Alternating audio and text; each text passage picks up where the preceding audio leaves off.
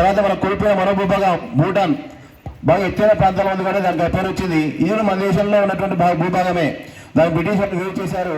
1911లో స్వతంత్ర దేశంగా ఏర్పడింది. తర్వాత మనం కోల్పోయిన మరో ముఖ్యమైన భూభాగము మయన్మార్, అదే బర్మా. బ్రహ్మకాయ అది బ్రహ్మదేశము. అక్కడ లిపి బ్రాహ్మీకి లిపి.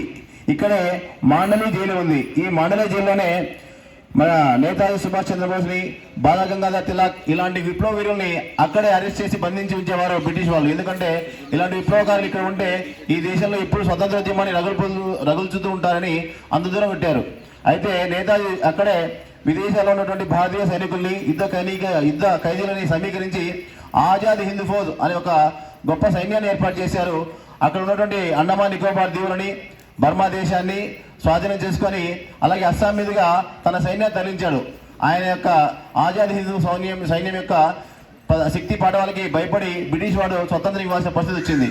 ఈ రకంగా అక్కడే నేతాజీ సుభాష్ చంద్రబోస్ మనకి ప్రధానమంత్రిగా ప్రమాణ స్వీకారం చేసి 1944లోనే జాతీయ జెండా ఎగిరేశారు. ఈ రూపంలో మనం కోల్పోయింది దాదాపు 7,60,000 చదరపు కిలోమీటర్ల భూభాగాన్ని మనం కోల్పోయినాం బర్మాదేశ్ రూపంలో. పైన టిబెట్, దీన్ని త్రివిశూపం అంటాం, దేవుభూమి అంటాం. ఇక్కడే మన భారతీయులకి అత్యంత భక్తి శ్రద్ధా కేంద్రాలైనటువంటి కైలాస పర్వతం, పరమశివుని నివాస స్థానం, అలాగే మనందరికీ ఒక జీవితంలో ఒకసారి సందర్శించాలని భావించే మానస సరోవరం, ఇలాంటి శక్తి కేంద్రాలు, భక్తి కేంద్రాలు మనకి ఆ టిబెట్లో ఉన్నాయి. అయితే దాన్ని బ్రిటిష్ వాడు 1907లో కర్మఫలామాలకి వాళ్ళకి పంచిచ్చారు. దాన్ని 1947లో మనకు స్వతంత్రం వచ్చింది. అయితే 49 నుంచి చైనా దాన్ని ఆక్రమించే ప్రయత్నం చేస్తే మన సహాయం కోరారు.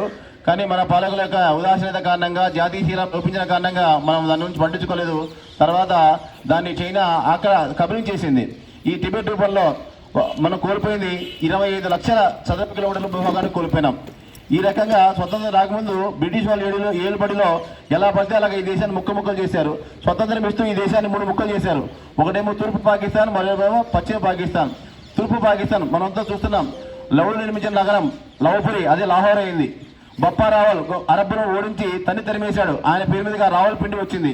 అక్కడ టాక్సిన్ భరతుడు నిర్మించాడు. శ్రీరాముని యొక్క తమ్ముడు భరతుడి యొక్క కొడుకు తక్షుడు నిర్మించిన నగరమే టాక్సిన్. అక్కడ తక్షశిల విశ్వవిద్యాలయము 1400 సంవత్సరాల పాటు ప్రపంచంలోని అన్ని దేశాలకి విద్యను బోధించింది, జ్ఞానభిక్షను అందించింది ఈ దేశం.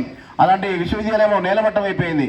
అక్కడే ఎలా మరణించాలో చూపించిన భగత్ సింగ్ 23 సంవత్సరాల్లో ఉరికమ్మం ఎక్కాడు. ఆయన స్వాతంత్రం, నా జన్మ హక్కు సాధించి తిరుగుతానన్న లాలా లజపతి రాయ్, ఉద్దమ్ సింగ్, మదన్లాల్ డింగ్రా ఇలాంటి దేశభక్తులు పుట్టిన పుణ్యభూమి, వీరభూమి పాకిస్తాన్. అయితే నేటి వారి యొక్క మూలాలు నేడు శత్రు దేశాల్లో ఉన్నాయి. ఏ అఖండ భారతం కోసం అయితే వారి జీవితాలను బలిదానం చేశారో ఆ భూభాగాలు ఇప్పుడు మనతో లేవు.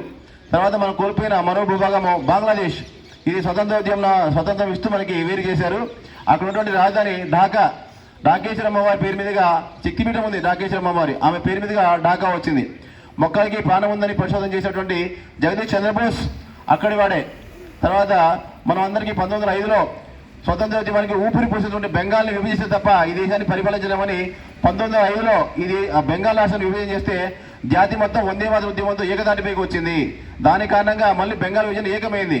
అలాంటి వందే మాతర ఉద్యమాన్ని విభజించినటువంటి బంకిం చంద్ర చటర్జీ, ఆయన వందే మాతరంలో త్వమ్హీ దుర్గా దశ ప్రహరణధారిణి, 10 చేతులతో 10 ఆయుధాలతో దుష్ట సంహారం చేసి శిష్టరక్షణ చేసే దుర్గామాత స్వరూపంగా, కమల దళ విహారిణి, కమలలో విహరించే లక్ష్మీదేవిగా, వాణి విద్యాదాయిని, సరస్వతీ మాతగా, భూమాతగా ఆరాధించే వందే మాతర గీతాన్ని మనం కుదించుకున్నాం. తర్వాత మనం అందరం నిత్యం చెప్పుకునే జాతీయ గీతం పంజాబ్, సింధు, గుజరాత్, మరాఠా, ద్రావిడ, ఉత్కల, వంగ. అంటే పంజాబ్ నేడు కొంచెం పాకిస్తాన్లో ఉంది, కొంచెం మన దేశంలో ఉంది.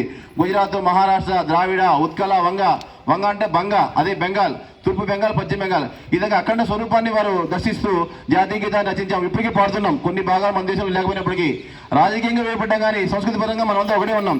ఈ విధంగా ఎంతో మహనీయులు పుట్టినటువంటి ఈ పుణ్యభూమి అంతా నేడు మనలో మొత్తం మన భారతదేశంలో లేకుండా పోయింది.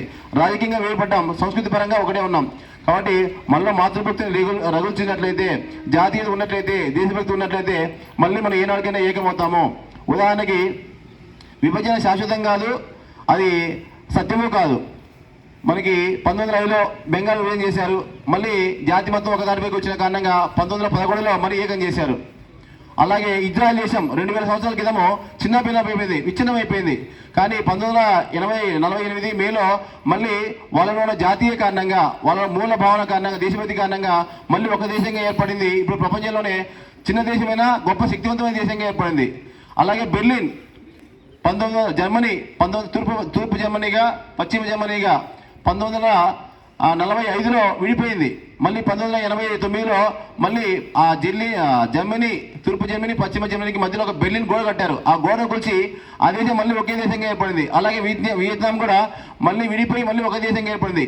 కాబట్టి మనలో కూడా సంస్కృతి అనే భావన ఉన్నట్లయితే, దేశభక్తి ఉన్నట్లయితే, ఒకే జాతి అనే భావన ఉన్నట్లయితే మళ్ళీ ఏనాటికైనా మనం మళ్ళీ కలిసేటటువంటి అవకాశం ఉంటుంది. కాబట్టి ఒక సంకల్పం చేద్దాం. అఖండం భారతం నవమి నవద్వీప సంచితం నానాచార విచారాఢ్యం అంటూ ఒక సంకల్పం చేస్తూ నవద్వీపాలతో, అనేక జాతులతో, అనేక ఆచార వ్యవహారాలతో ఉన్నటువంటి దేశము మళ్ళీ అఖండ భారతంగా తిరిగి సాధిద్దామని ఒక సంకల్పం చేద్దాం. నాతో పాటు కూడా చెప్తాం, అందరం చెప్పాలి. అందరూ నాతో పాటు ప్రాణాలైనా అర్పిద్దాం,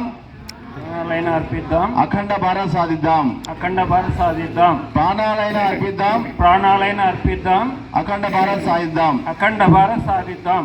జై హింద్.